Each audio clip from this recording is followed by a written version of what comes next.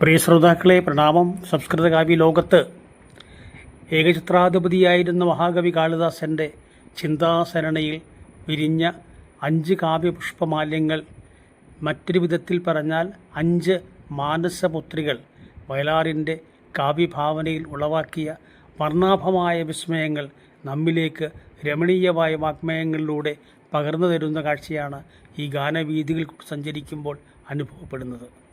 തനിക്ക് മുൻപേ എത്തി സംസ്കൃത കാവ്യലോകത്ത് ഒരു ധ്രുവനക്ഷത്രം പോലെ പ്രകാശമാനമായി വിരാജിക്കുന്ന കാവ്യപ്രതിഭയ്ക്ക് വയലാർ സമർപ്പിക്കുന്ന കാവ്യ ഉപഹാരമാണ് ഈ ഗാനം. ഈ ഗാനത്തിന് ഇണം നൽകിയിരിക്കുന്നത് ദേവരാജൻ മാസ്റ്ററാണ്. ചിത്രം കടൽപ്പാലം. ഇളനീർ മധുരം പോലെയാണ് ഈ ഗാനം പീലിയിൽ ആലപിച്ചിരിക്കുന്നത്. നമുക്ക് പല്ലവിയിലേക്ക് വന്നാൽ, ഉജ്ജയിനിയിലെ ഗായിക ഉർവശി എന്നൊരു മാളവിക, ശില്പികൾ തീർത്ത കാളിദാസൻ്റെ കൽപ്രതിമയിൽ മാലയിട്ടു. എന്താണ് ഉജ്ജയിനി? ഉജ്ജയിനി എന്ന് വെച്ചാൽ കാളിദാസൻ്റെ കാവ്യഭാവനകൾക്കും വർണ്ണനകൾക്കും ജീവൻ നൽകിയ നഗരിയാണ് ഉജ്ജയിനി. ജീവൻ നൽകിയ ഉജ്ജയിനിയുടെ മണ്ണും സംസ്കാരവുമാണ്. ഇപ്പോൾ കാളിദാസൻ്റെ കാവ്യഭാവനകൾക്കും വർണ്ണനകൾക്കും ജീവൻ നൽകിയത് ഉജ്ജയിനിയുടെ മണ്ണും സംസ്കാരവുമാണ്. ഇന്ന് ഉജ്ജയിനി നഗരം മധ്യപ്രദേശ് സംസ്ഥാനത്ത് ഉൾപ്പെട്ടിരിക്കുന്നു. എത്രയോ നൂറ്റാണ്ടുകൾക്ക് മുൻപ് ഉജ്ജയിനി ഭരിച്ചിരുന്ന വിക്രമാദിത്യൻ്റെ രാജ്യസദസ്സിൽ നവരത്നങ്ങളിൽ ഒരു മുത്തായിരുന്നു കാളിദാസൻ. പല്ലവിയിൽ കാളിദാസൻ്റെ 2 കൃതികൾ കൂടി വയലാർ കടന്നു പോകുന്നുണ്ട്. കാളിദാസൻ രചിച്ച വിക്രമോർവശി എന്ന നാടകത്തിലെ കഥാനായികയായിരുന്ന അപ്സരസായ ഉർവശി.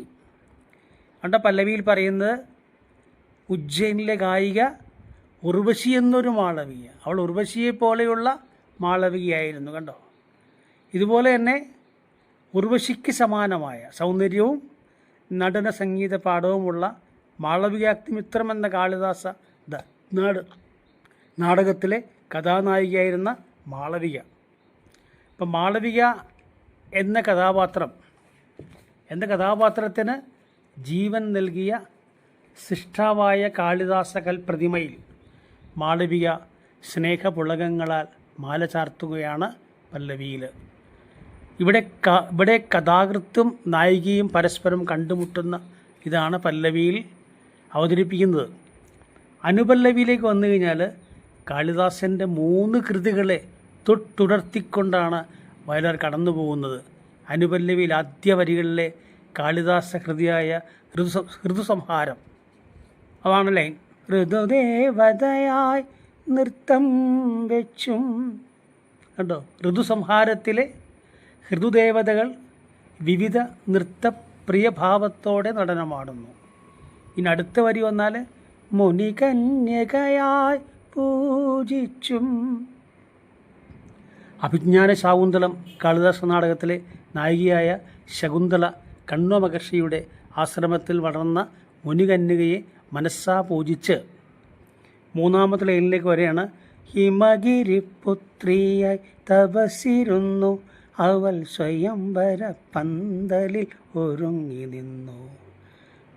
കുമാരസംഭവം കാളിദാസ മഹാകാവ്യത്തിൽ നായികയായ ഹിമവാന്റെ പുത്രിയായ പാർവതീദേവി നടത്തിയ കഠിന തപസ്സും പൂജയ്ക്കും ഒടുവിൽ പ്രിയതമനെ സ്വീകരിക്കാൻ സ്വയംവര പന്തലിൽ ഒരുങ്ങി നിൽക്കുന്ന വർണ്ണനയോടെ അനുപല്ലവി സമാപിക്കുന്നു. ഇവിടെ പ്രകൃതിയിൽ വിരിയുന്ന വിവിധ ഋതുക്കളിൽ തുടങ്ങി ഭക്തിയിലൂടെയും തപസ്സിലൂടെയും കടന്ന് പ്രണയസാഫല്യത്തിൻ്റെ സ്വയംവര പന്തലിൽ നിൽക്കുന്ന നായികയെ മംഗല്യ പുഷ്പം ചൂടിപ്പിക്കുകയാണ് കവി വയലാർ.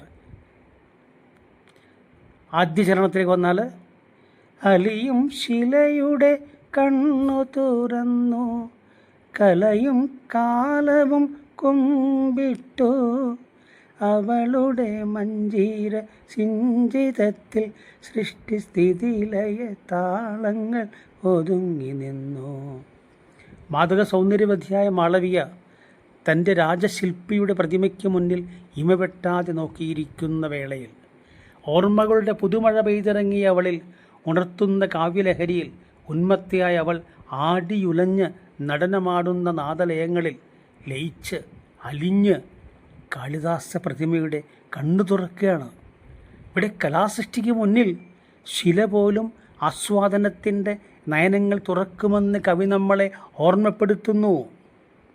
രണ്ടാം വരിയിലോ ഈ സമയത്ത് ഇനി കണ്ണു തുറന്ന സമയത്ത് ഈ പ്രപഞ്ച കല മുഴുവൻ കലയും കാലവും കുമ്പിടാണ് ഉണ്ടോ. ഇവിടെ കലയുടെ ഔന്നത്യത്തിൽ, കലയുടെ അത്യുന്നതത്തിൽ കാലം കുമ്പിട്ട് നിൽക്കുകയാണ്. കാലം പോലും വണങ്ങി നിൽക്കുന്നു എന്നാണ് ഇവിടെ കവി പറയുന്നത്. കണ്ടോ. അടുത്തതോ, അവളുടെ മഞ്ജീര സിഞ്ചിതത്തിൽ സൃഷ്ടിസ്ഥിതിലയ താളങ്ങൾ ഒതുങ്ങി നിന്നു. തൻ്റെ ശില്പിയുടെ നയനങ്ങൾ തുറന്നത് മനസ്സിലാക്കിയ മാളവിക അവളുടെ രാഗസുധാ സാഗരത്തിൽ ലയിച്ചു ചേർന്ന് ഗാനത്തിൻ്റെ താളമായ പാദസ്വരമുണർത്തുന്ന ചിലമ്പുലിനാദത്തിൽ പ്രപഞ്ചവാദ്യമേളങ്ങളായ സൃഷ്ടിസ്ഥിതിലയതാളങ്ങൾ അല്പനേരത്തേക്ക് സ്വയം മറന്ന് നിശ്ചലരായി ഒതുങ്ങി നിന്നു. പ്രകൃതിയിലെ എല്ലാ ചരാചരങ്ങളും സൃഷ്ടിക്കപ്പെടുന്നു. അത് സ്ഥിതി എന്നാൽ അതിനെ നിലനിർത്തുന്നു. ഒടുവിൽ മറ്റൊരു ജീവിക്ക് അന്നമായി അത് തിരിച്ചു പോകുന്നതിനെയാണ് ലയമെന്ന് പറയുന്നത്. ഇതിനെയെല്ലാം ശ്രുതി രാഗങ്ങൾ നൽകുന്ന താളങ്ങൾ ചേർന്നതാണ് പ്രപഞ്ചവാദ്യമേളം. അപ്പം അങ്ങനെയുള്ള പ്രപഞ്ചവാദ്യമേളം പോലും അല്പനേരത്തേക്ക് ഈ മാളവിക സൃഷ്ടിച്ച ഈ ചിലമ്പൊലി നാദത്തിൻ്റെ മുന്നിൽ നിശബ്ദരായി നിശ്ചലരായി ഒതുങ്ങി നിന്നു എന്ന് കവി ഓർമ്മപ്പെടുത്തുകയാണ്. സെക്കൻഡ് ചരണത്തിലേക്ക് വന്നാൽ ഒരു കാലഘട്ടത്തിൻ്റെ സവിശേഷമായ എന്ന് വെച്ചാൽ യുഗകൽപ്പനയുടെ കല്ലിനു പോലും യുവഗായികയുടെ ദാഹങ്ങൾ ഒരു പുനർജന്മത്തിൻ ചിറകു നൽകി അവർ സ്വയം മറന്നങ്ങനെ പറന്നുയർന്നു. ഒരു കാലഘട്ടത്തിൻ്റെ സവിശേഷമായ ഭാവനയാൽ സമ്പുഷ്ടമാക്കിയ സംസ്കൃത കാവ്യദർശനത്തിൻ്റെ ചക്രവാളത്തിൽ കാവ്യസൗന്ദര്യം വാരി വിതറിയ കാളിദാസൻ യുവഗായികയുടെ ദാഹമോഹങ്ങളെ ആവാഹിച്ചുകൊണ്ട് കൽപ്രതിമയായി നിൽക്കുന്നു. ഈ കൽപ്രതിമയ്ക്ക് മുൻപിൽ കവി കാളിദാസൻ്റെ കാവ്യസൃഷ്ടിയാൽ ജീവൻ നൽകിയ കഥാനായിക തൻ്റെ എല്ലാമായ സൃഷ്ടാവിനോടുള്ള പ്രണയാവേശത്തിൽ കാളിദാസൻ എഴുതിയ ഗാനങ്ങൾക്ക് നടനവിസ്മയങ്ങൾ ഉണർത്തുന്നത് കണ്ട് കാളിദാസ പ്രതിമ ഒരു പുത്തൻ ജന്മത്തിന് ചിറകേകാണ്. അവിടെ താൻ സൃഷ്ടിച്ച ഗായിക, താൻ സൃഷ്ടിച്ച കലാനായിക നടത്തുന്ന ഈ അവിസ്മരണീയമായ ഗാനനാദ താളലയം കേട്ട് പ്രതിമ ഒരു പുത്തൻ ജന്മത്തിന് ചിറകേകി താൻ സൃഷ്ടിച്ച നായികയെ ചേർത്ത് പിടിച്ച് ഒന്നായി അവർ അതിർവരമ്പുകളില്ലാത്ത കലയാൽ പൂത്തു നിൽക്കുന്ന മാനത്തേക്ക് സർവവും മറന്ന് അവർ പറന്നുയർന്നു.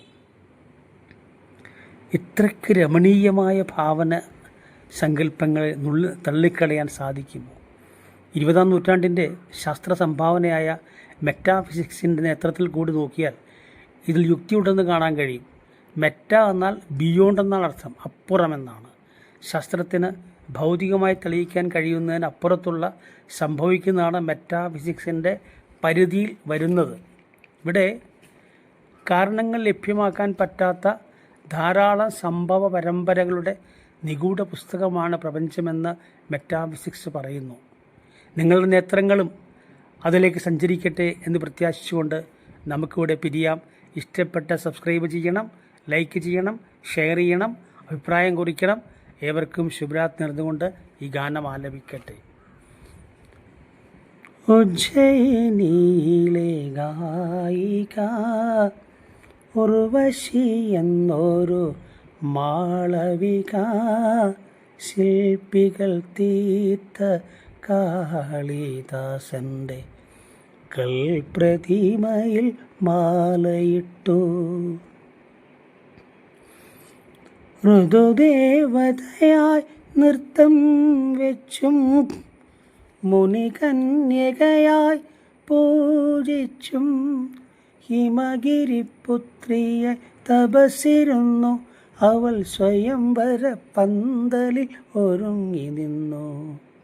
ഉജ്ജയിനിയിലെ ഗായിക ഉർവശി എന്നൊരു മാളവിക ശില്പികൾ തീർത്ത കാളിദാസൻ്റെ കൽപ്രതിമയിൽ മാലയിട്ടു. അലിയും ശിലയുടെ കണ്ണു തുറന്നു കലയും കാലവും കുമ്പിട്ടു. അവളുടെ മഞ്ജീരസിഞ്ചിതത്തിൽ സൃഷ്ടിസ്ഥിതിലയ താളങ്ങൾ ഒതുങ്ങി നിന്നു. ഉജ്ജയിനിയിലെ ഗായിക ഉർവശി എന്നൊരു മാളവിക ശില്പികൾ തീർത്ത കാളിദാസൻ്റെ കൽപ്രതിമയിൽ മാലയിട്ടു. യുഗകൽപ്പനയുടെ കല്ലിനു പോലും യുവഗായികയുടെ ദാഹങ്ങൾ ഒരു പുനർജന്മത്തിൻ ചിറകു നൽകി അവർ സ്വയം മറന്നങ്ങനെ പറന്നുയർന്നു. ഉജ്ജയിനിയിലെ ഗായിക ഉർവശി എന്നൊരു മാളവിക ശില്പികൾ തീർത്ത കാളിദാസൻ്റെ കൽപ്രതിമയിൽ മാലയിട്ടു.